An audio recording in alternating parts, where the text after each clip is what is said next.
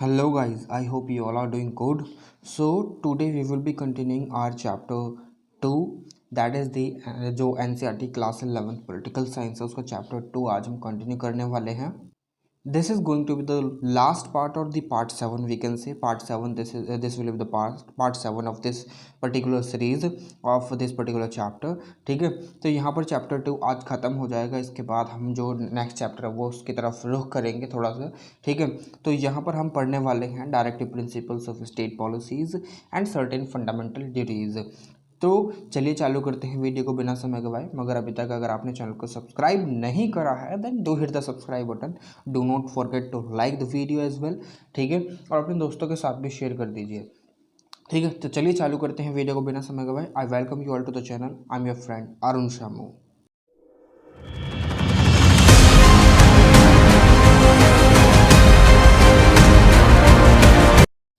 Now, so far you have learned about so many rights, like what are the rights, or we can say what are the fundamental rights. ठीक है, what are the rights which are really available for us, and for their enforcement we can approach to the Supreme Court. Like we have a fundamental right, that is the Article 32, and under this particular right we can directly approach to the Supreme Court in order to enforce, in order to implement our fundamental right. ठीक है, just this particular article, that is the Article 32, works as the remedies against the violation of the fundamental rights. ठीक है, now in this video we will be learning about directive principle of state policy, जिसे हम बोल देते हैं राज्य के नीति निर्देशक सिद्धांत. ठीक है, और मौलिक अधिकार अलग होते हैं, राज्य के नीति निर्देशक सिद्धांत अलग होते हैं, और मूल कर्तव्य के बारे में भी हम यहाँ पर पढ़ने वाले हैं, that is the fundamental duties. Now they are given a certain space in the constitution just because of certain things that were not available at the time when our constitution was framed by the constitution makers. ठीक है, तो उस समय पर कुछ चीज़ available नहीं थी. That is why यहाँ पर हमारे पास नीति निर्देशक सिद्धांत अवेलेबल हैं ना. अगर हम नीति निर्देशक सिद्धांत की बात करें तो देखिए ये एक बहुत ही अहम पार्ट है हमारे कॉन्स्टिट्यूशन का, because this is the only part which gives powers to the political parties, और वी कैन से द कि जो पॉलिटिकल पार्टीज हैं, यानी जो पार्टी जितनी भी होती हैं, जैसे कि कांग्रेस होगी, बीजेपी होगी, वो कहीं ना कहीं जो पावर है अपनी यहीं से विड्रॉ करती हैं. ठीक है, किस संदर्भ में, जैसे कि उनको अगर लॉ बनाना हो या फिर कोई भी उनको अपने इलेक्शन में कुछ भी प्रॉमिस वगैरह करने हो, तो वो यहीं से इसी चीज़ को अपने ध्यान में रखते हुए वो अपने मैनिफेस्टो वगैरह तैयार करती हैं. ठीक है, तो चलिए चालू करते हैं वीडियो को बिना समय गवाए, आगे बढ़ते हैं. चलिए, तो यहाँ पर देखिए जो directive principle of state policy हैं काफ़ी महत्वपूर्ण रोल प्ले करते हैं हमारे कॉन्स्टिट्यूशन में. ठीक है, इनको जो है ना इनकॉर्पोरेट करा गया था हमारे कॉन्स्टिट्यूशन में just in order to bring equality, ठीक है, और wellbeing of all the citizens. ठीक है, मगर हाँ यहाँ पर एक चीज़ जो मैं आपको अभी बता देता हूँ कि ये नॉन जस्टिसिएबल है. जस्टिसिएबल हमारे फंडामेंटल राइट्स हैं. इसका मतलब ये होता है कि अगर हमारे फंडामेंटल राइट्स का उल्लंघन होता है तो हम डायरेक्टली सुप्रीम कोर्ट जा सकते हैं, हाई कोर्ट जा सकते हैं. ठीक है, वहाँ पर हम पहुँच सकते हैं under article 226 high court, under article 32 जो है हम सुप्रीम कोर्ट जा सकते हैं, जहाँ पर सुप्रीम कोर्ट कोई भी ऑर्डर डायरेक्शन दे सकता है, रिट इशू कर सकता है. ठीक है, ऐसे ही 226 यानी 226 में हाई कोर्ट के पास पावर होती है. ठीक है, मगर यहाँ पर अगर हम directive principle of state policies की बात करें तो हम अगर ये कोई पॉलिटिकल पार्टी अगर प्रॉमिस करती है कि हम ये पर्टिकुलर जो है ना हिसाब किताब लेकर आ जाएंगे इलेक्शन के बाद, अगर वो अपने इलेक्शन में किए हुए वादे जो होते हैं, उनके प्रोमिस जो होते हैं, अगर वो उनको फुलफिल नहीं कर पाते हैं तो यहाँ पर हम जो है सुप्रीम कोर्ट नहीं जा सकते हैं. ठीक है, हम कह सकते हैं कि ये जो ना एक तरीके से मोरली एनफोर्सेबल हैं. ठीक है, मगर मोरल जो होता है वो मोरल चीज़ें पर्सन टू पर्सन वैरी करते हैं. ठीक है, तो इसलिए यहाँ पर इनको जो है ना नॉन जस्टिसिएबल बनाया है. ठीक है, काफ़ी सारे रीज़न कहीं ना कहीं इनके पीछे थे, जैसे कि जब हमारे कॉन्स्टिट्यूशन मेकर्स हमारा कॉन्स्टिट्यूशन तैयार कर रहे थे उस समय पर हमारी कंट्री के पास इतने सारे रिसोर्सेज नहीं थे, सो दैट कि जो डायरेक्टिव प्रिंसिपल्स हैं ना इनको भी कहीं ना कहीं फुलफिल करा जा सके, जस्टिसेबल बनाया जा सके। ठीक है, इनको कह दिया गया है कि जब आगे कंट्री प्रोग्रेस करेगी उस समय पर जैसे भी डिमांड और जैसे भी सिचुएशन निकल कर आती रहेगी उस हिसाब से इनको फुलफिल किया जा सकेगा। ठीक है, इनके द्वारा पॉलिटिकल पार्टीज के ऊपर ये मोरल रिस्पॉन्सिबिलिटी क्रिएट कर दी गई थी, स्टेट के ऊपर ये मोरल रिस्पॉन्सिबिलिटी क्रिएट कर दी गई थी। और दूसरी चीज़ ये भी थी उस समय पर जब हमारे कॉन्स्टिट्यूशन को बनाया जा रहा था कि उस समय पर जो है ना हमारी जो कंट्री थी वो डाइवर्स कंट्री है एक तरह से, एक तरीके से देखे तो सॉरी, तो वहाँ पर डाइवर्स कंट्री है, तो हमारे जो कंट्री में सबकी जो डिमांड्स, सबकी रिक्वायरमेंट्स अलग अलग हैं। ठीक है, तो उन सारी चीज़ों को अलग अलग रखा गया है। अब पॉलिटिकल पार्टीज जो है वो रीजनल वाइज भी इलेक्ट होती हैं। ठीक है, अपने जो रिप्रेजेंटेटिव्स हैं उनको इलेक्ट करते हैं, तो वहाँ पर उनके रिप्रेजेंटेटिव्स उनकी डिमांड के अनुसार, उनकी जो नीड्स, उनके हिसाब के अनुसार जो है वो ये जो डायरेक्टिव प्रिंसिपल हैं उनको कहीं ना कहीं इम्प्लीमेंट करेंगे। ठीक है, अब यहाँ पर ये जो है ना लीगली एनफोर्सेबल नहीं है, वो यहाँ पर दिख रहा है आपको, नॉट मेड लीगली एनफोर्सेबल, इसका मतलब यहाँ पर आपको समझा रखा है।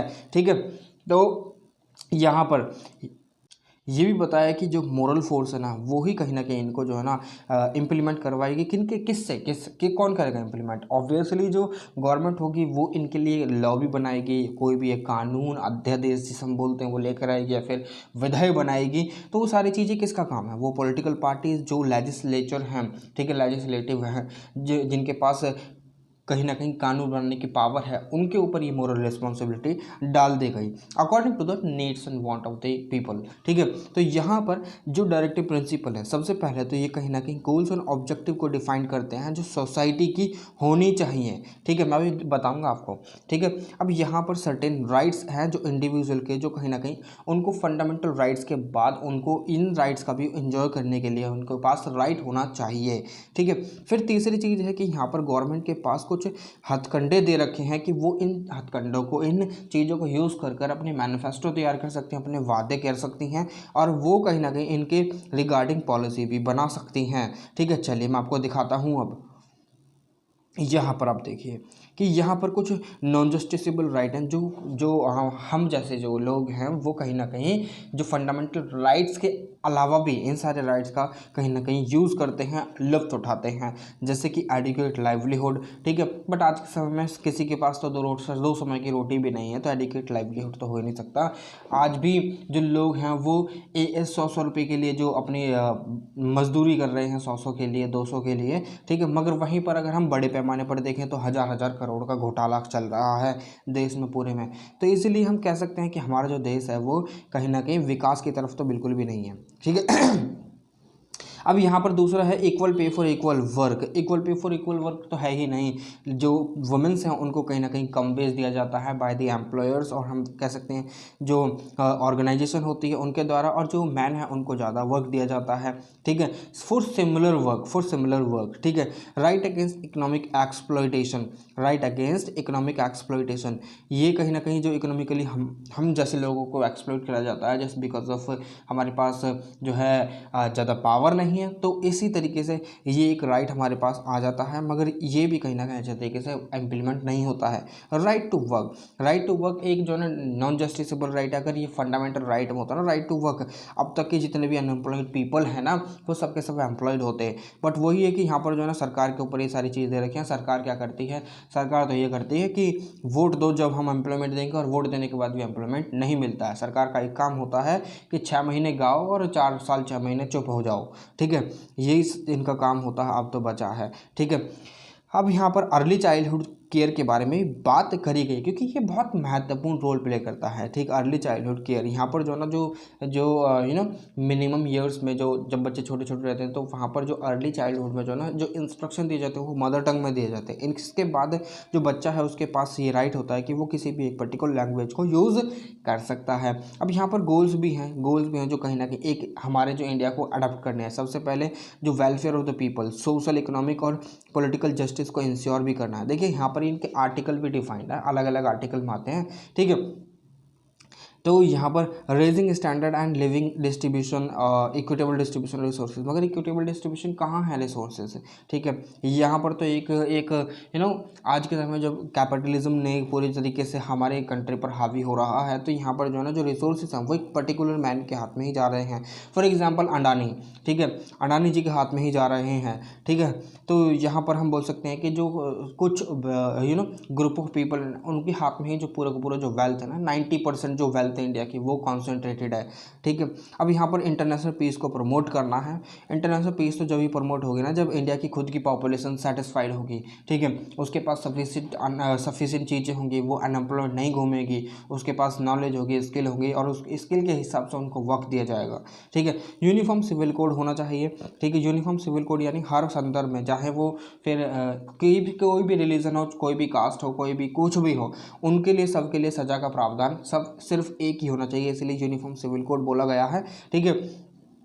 यहाँ पर जो इंटॉक्सिकेंट्स उनको उसको कंजम्पशन करने से मना करा गया है, और यहाँ पर कॉटेज इंडस्ट्री जो है उसको प्रमोट करने के लिए बोला गया है। जैसे कि आज के समय में जो MSMEs हैं, micro small and medium enterprises को प्रमोट करने की बात करी गई है। और यहाँ पर जो ना जो स्लॉटर होते हैं, काफ होते हैं, काल्फ यानी जो कटरे होते हैं, कटिया होती हैं, ठीक है, कटरे कटिया और बछड़े बछिया, ठीक है। अब इनको जो ना मारने से जो है मारने के लिए मना करा गया है, और जो बीफ वगैरह खाते हैं लोग इसके लिए मना करा गया है, ठीक है। और यहाँ पर हम कह सकते हैं विलेज पंचायत को प्रमोट करने के लिए भी बोला गया है, ठीक है।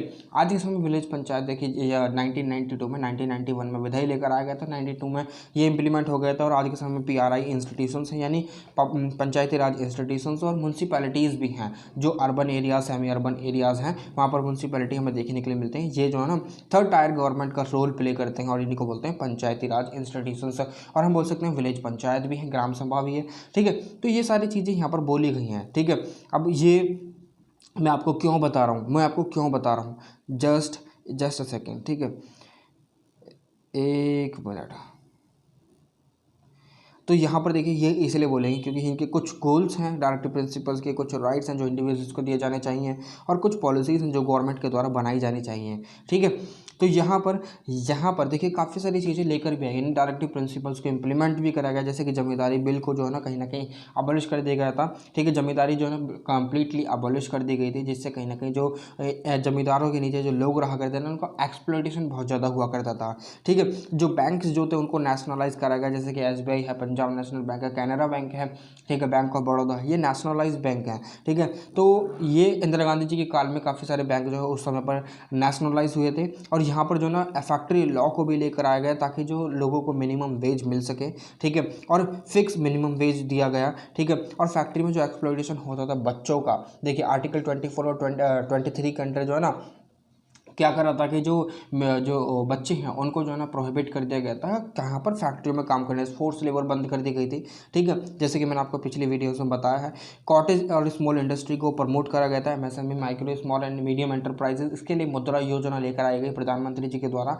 जिससे कहीं ना कहीं जो क्या है कि लोन उनको मिल सके, और स्टार्टअप योजना, स्टार्टअप जो स्कीम है उसको कहीं ना कहीं प्रमोट करा गया ताकि जो छोटे छोटे जो कहीं कह सकते हैं हम कॉटेज इंडस्ट्रीज हैं उनको प्रमोट किया जा सके, ठीक है। और यहाँ पर प्रोविजंस लेकर आए गए, रिजर्वेशन दी गई कहाँ पर, शेड्यूल कास्ट और शेड्यूल ट्राइब्स को, ठीक है, सो दैट कि ये जो निचला तबका था इनको जो है ना एक मेन जो स्ट्रीम लाइन है उसमें लेकर आया जा सके, ठीक है। राइट टू एजुकेशन को फंडामेंटल राइट आज बना दिया गया है, पहले आर्टिकल 45 के अंडर हुआ करता था, ठीक है, मगर यहाँ पर आज ये right to education article 21A के अंडर या फंडामेंटल राइट है, ठीक है। Panchayati raj institution all over the country implement हो चुके हैं, ठीक है। आपको एक काम बनता है अब यहाँ पर कि आप मुझे ये बताइए कमेंट कर कि सबसे पहला पंचायती राज इंस्टीट्यूशन, जैसे आपको सर्च करना है गूगल पर कि when was the first Panchayati raj institution created, ठीक है। तो यहाँ पर यही चीज़ आपको सर्च करनी है, और कौन सा वो स्टेट था, ठीक है। यहाँ पर पार्शियल राइट टू वर्क दिया गया है, जो अंडर एम्प्लॉयमेंट थे, सॉरी अनएम्प्लॉयमेंट थे, ठीक है। और यहाँ पर गारंटीड प्रोग्राम लेकर आए गए, जैसे कि मनरेगा जो एक स्कीम है, Mahatma Gandhi national rural employment guarantee scheme, जिसमें 100 दिन का वर्क दिया जाता है लोगों को, ठीक है। मिड डे मील स्कीम लेकर आई गई, जैसे कि जब मैं तकरीबन 6ठी क्लास में था, ठीक है, सरकारी स्कूल में पढ़ा हूँ, ठीक है, उस समय पर दिल्ली में पढ़ा हूँ। ठीक है, तो यहाँ पर जो है ना मिड डे मील स्कीम चालू करी गई थी और यहाँ पर खाना वगैरह मिलता था रोज़ डेली, बहुत अच्छा लगता था खाने में। ठीक है, तो वहीं से मैंने तो जब से देखा था। ठीक है, चलिए आगे बढ़ते हैं।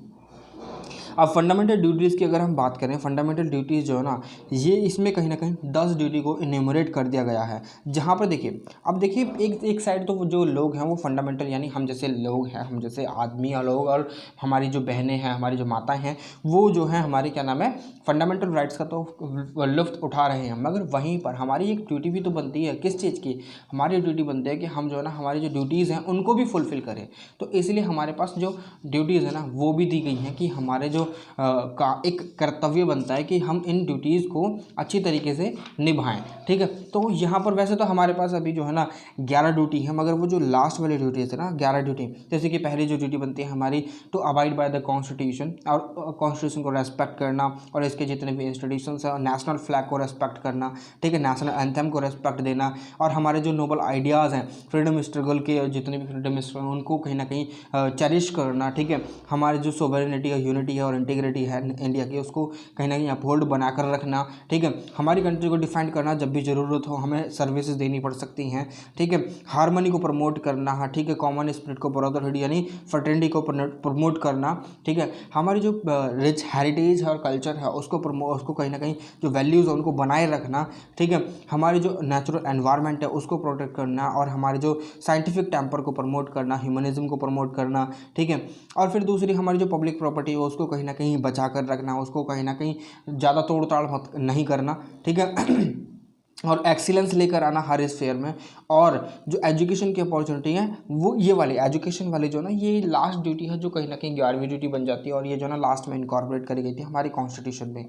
ठीक है, चलिए अब यहाँ पर अगर हम रिलेशन देखें कि डायरेक्टिव प्रिंसिपल में और जो फंडामेंटल राइट्स हैं उनके बीच में अंतर क्या है। पहली चीज़ यही है कि जो फंडामेंटल राइट्स हैं वो एनफोर्सेबल हैं, यानी ऑटोमेटिकली एनफोर्स हो जाते हैं। और if we see that someone is violating our rights, और if there is any infringement cause by any state organisation और एनीवन, तो वहाँ पर हम डायरेक्टली अंडर आर्टिकल 32 और 226 डायरेक्टली सुप्रीम कोर्ट या फिर हाई कोर्ट पहुँच सकते हैं।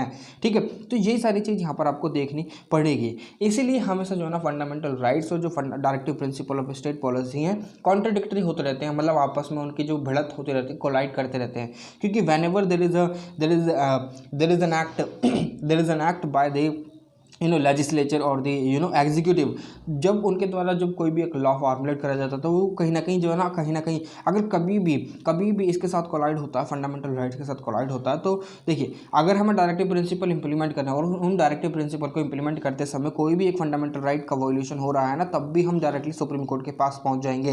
दैट इज़ वाई जब भी लेजिस्लेचर या फिर एग्जीक्यूटिव के द्वारा कोई भी एक ऐसा लॉ प्रावधान वगैरह बनाया जाता है तो वो इन चीज़ों को हमेशा ध्यान में रखते हैं कि वो फंडामेंटल राइट्स के साथ ना करे।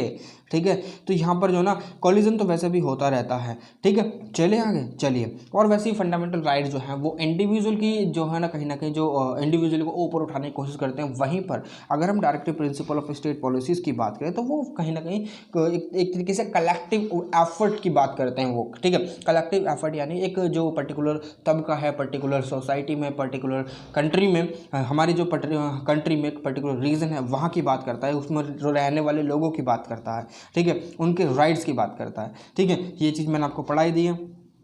ठीक है, तो यहाँ पर ऐसी काफ़ी सारी चीज़ें लेकर आए गई। ठीक है, अब हमने एक और चीज़ देखी कि क्या नाम है कि जब हमारा जो एक आर्टिकल हुआ करता था 31, ठीक है, उसमें क्या हुआ करता था कि एक राइट था, राइट टू प्रॉपर्टी। ठीक है, वो हमारा छठा राइट हुआ करता था, बट दैट वाज रिपील्ड। ठीक है, और उसको जो ना एक लीगल राइट बना दिया गया। कहाँ पर रख दिया गया, वो उसको आर्टिकल 300A के अंडर रख दिया गया लीगल राइट। अब देखिए शुरुआत में जो है ना जो गवर्नमेंट थी उसको डायरेक्टिव प्रिंसिपल जो है ना वो इम्प्लीमेंट करने थे, तो कहीं ना कहीं एक तरीके से जो राइट टू प्रॉपर्टी है वो कहीं ना कहीं बीच में आ रहा था। क्योंकि इसके तहत जो है ना अगर आपको अगर स्टेट वंचित करता है अपनी प्रॉपर्टी रखने से, तो आप सुप्रीम कोर्ट जा सकते थे। अब स्टेट को जो है ना रोड भी बनाने थे, स्कूल भी कंस्ट्रक्ट करने थे, वहाँ पर उनको प्रॉपर्टी चाहिए थी। ठीक है, अब वो प्रॉपर्टी चाहिए थी, इसलिए वो जो है ना कहीं जो है बीच में आ रहा था राइट। तो उसको जो है ना कहीं इम्प्लीमेंट करने के लिए ये सारी चीज़ें डायरेक्टिव प्रिंसिपल इम्प्लीमेंट करने के लिए ये गवर्नमेंट के बीच में और जो हमारा राइट है, राइट टू प्रॉपर्टी, उसके बीच में बैटल चली काफ़ी तगड़ी, ठीक है। सबसे पहला केस आया था जो है इसके रिगार्डिंग जो है कि सबसे पहला आया था जो जमींदारी जब सिस्टम लेकर आया गया तो जमींदारी सिस्टम को अबॉलिश करा गया, ठीक है। तो यहाँ पर गवर्नमेंट को काफ़ी सारी चीज़ें करनी थी, ठीक है, क्योंकि यहाँ पर directive principle of state policies को भी तो इम्प्लीमेंट करना था। तो यहाँ पर सुप्रीम कोर्ट ने 1973 में एक वर्डिक्ट दी थी केशवानंद भारती केस में, जहाँ पर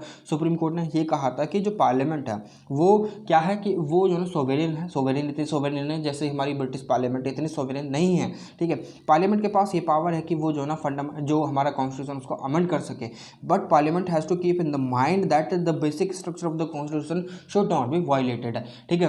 if it is found then that particular law made by the parliament will be declared void, और हम कह सकते हैं unconstitutional by the supreme court of india, ठीक है। यहाँ पर जो है ये सारी चीज़ें यहाँ पर बोली गई, बट इसके लिए जो बैटल थी वो लॉन्ग थी, because in 1951 there was a case that is the Shankari Prasad case, ठीक है। There something said by the parliament, something said by the supreme court, but again the verdict given in the Shankari Prasad case in 1951 was altered by the Supreme Court of India, and Supreme Court of India again gave his verdict, ठीक है, कब 1967 में Golaknath case में दी गई थी verdict. फिर उसके बाद हमारा एक लास्ट केस आ जाता है। देखिए आपको केसेस में ज़्यादा नहीं जाना है, ठीक है, बस मैंने आपको बता दिया गोलकनाथ केस 1967 और शंकरी प्रसाद केस 1951, ठीक है। तो ये बैटल के कुछ प्रावधान है, एक सीरीज़ है, ठीक है। फिर उसके बाद 1967 में 1973 में बेसिक स्ट्रक्चर का प्रावधान आ चुका था, और वहाँ पर जो सुप्रीम कोर्ट ने वर्डिक्ट दी कि there is a basic features of the constitution and the right to property, that is the fundamental that was the our fundamental right does not fall into this particular basic structure. That is why parliament given the right to repeal that particular right and made that right legal, ठीक है। तो वहाँ पर वो fundamental right नहीं रहा, वो बन गया था फिर लीगली एनफोर्सेबल राइट, ठीक है। तो ये चीज़ आपको यहाँ पर पता रहनी चाहिए। बाकी यहाँ पर लिखा हुआ है, आप पढ़ सकते हैं, ठीक है। चलिए आगे बढ़ते हैं, आपकी बुक में दी हुई है ये सारी चीज़ें। This related to the amendment of the constitution, ठीक है। अब यहाँ पर केशवानंद भारती का केस आया था 1973 में, जहाँ पर जो डॉक्ट्रिन ऑफ बेसिक स्ट्रक्चर को प्रोपाउंड करा गया था सुप्रीम कोर्ट के द्वारा, ठीक है। Initially it was the case between the government of Kerala and the Kesavananda Bharati, ठीक है। तो इनके बीच में था, बट ये जो मुद्दा था वो काफ़ी जो ना पॉपुलर हुआ, फिर उसको जो है ना सुना गया सुप्रीम कोर्ट में, और सुप्रीम कोर्ट में फिर क्या हुआ कि ये जो पर्टिकुलर डॉक्ट्रिन थी बेसिक स्ट्रक्चर वाली, ये कहीं ना कहीं दी, ठीक है। तो यहाँ पर ये पूरा जो चैप्टर आपका कंप्लीट होता है। अब आपके अगर कोई भी क्वेरी बचती है then you easily can ask your queries, ठीक है। आप अपनी क्वेरीज जो है इजीली मुझसे पूछ सकते हैं, नीचे कमेंट बॉक्स में कमेंट करके टेलीग्राम को ज्वाइन कर सकते हैं। There I am providing each and everything including PDF of this particular video including everything, ठीक है। तो what you need to do, you need to just subscribe to the channel and you need to hit the like button and you need to share it with your friends as well, ठीक है। तो यहाँ पर this is only the your duty which becomes, ठीक है। तो यहाँ पर चलिए मिलते हैं एक और नई वीडियो में एक और नई इन्फॉर्मेशन के साथ। तब तक के लिए मैं आप लोगों से विदा लेना चाहूँगा। नेक्स्ट वीडियो में हम जो है ना हमारा जो सेकंड चैप्टर है उसे स्टार्ट करेंगे। तो चलिए मिलते हैं एक और नई वीडियो में एक और इन्फॉर्मेशन के साथ। तब तक के लिए मैं आप लोगों से विदा लेना चाहूँगा। जय हिंद।